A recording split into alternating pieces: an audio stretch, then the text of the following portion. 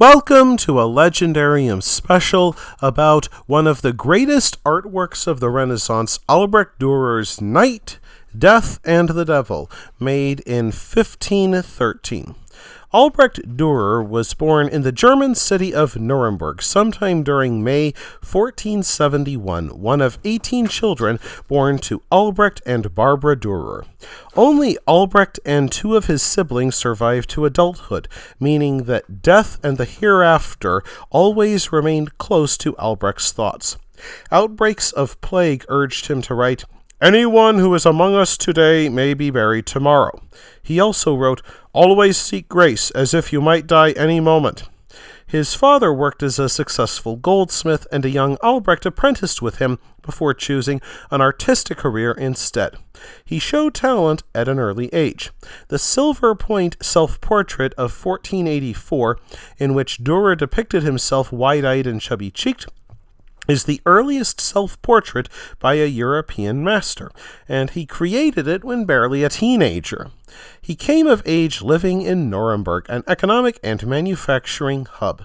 Silver and copper mined in nearby Saxony and Bohemia became luxury and utilitarian wares in the hands of the city's famed metalsmiths.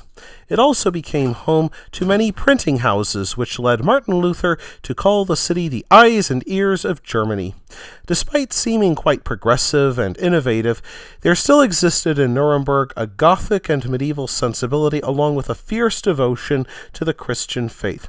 Durer tapped into both with his woodcut series from 1498, The Four Horsemen of the Apocalypse. The approaching end of the century prompted fears about the oncoming end of the world. Many interpreted comets, eclipses, floods, and plagues as signs of the end times.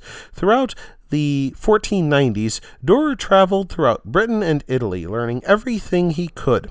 He became legendary for his portraits, altarpieces, and devotional imagery.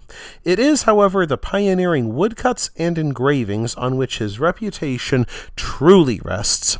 Between 1513 and 1514, the 42-year-old Durer created three pieces known as his Meisterstich, or Master Engravings. They included St. Jerome in his study, Melancholia I, and the subject of today's video, Night, Death, and the Devil. He created each from copper printing plates using dense detail and a master's touch. While it may look like a drawing at first glance, the work is a delicately detailed engraving.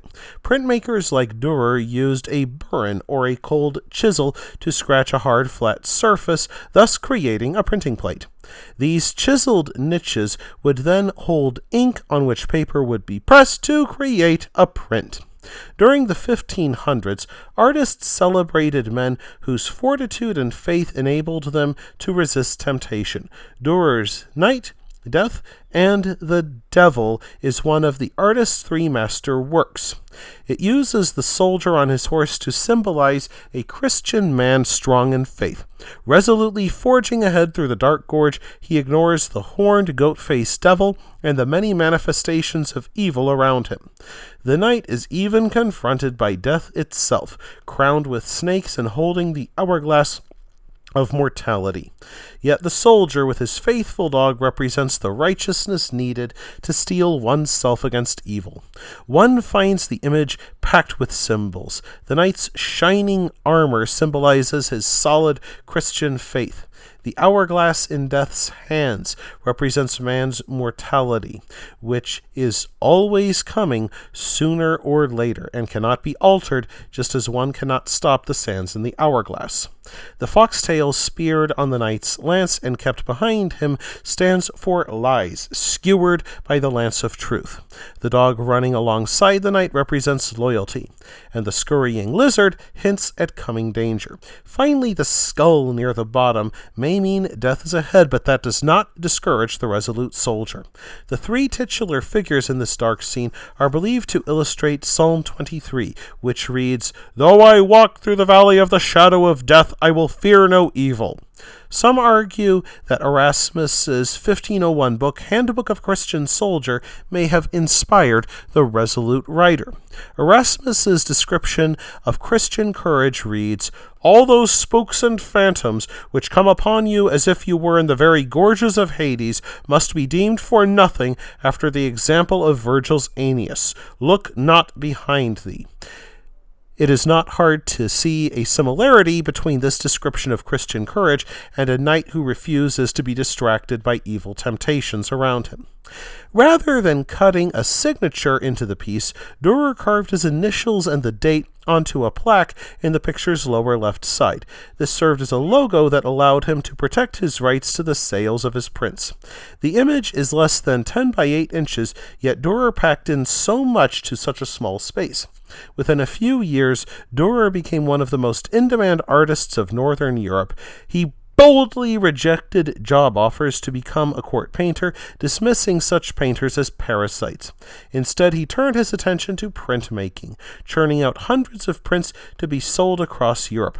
This sparked a revolution that made owning art accessible not just for the rich, but for everybody. While Night, Death, and the Devil commanded the cost of a rabbit fur coat, which is to say quite a bit, lesser-known Durer engravings could be had at much lower prices. Centuries later, Argentinian poet Jorge Luis Borges wrote 2 poems in which he expressed his admiration of the dauntless writer. That wraps things up for this episode of The Legendarium. I hope you enjoyed it. If you did, press like. If you want to see more, press subscribe. And if you've got anything to say, let me know in the comments section. Thanks again for joining me, and I hope that you have a great rest of the day.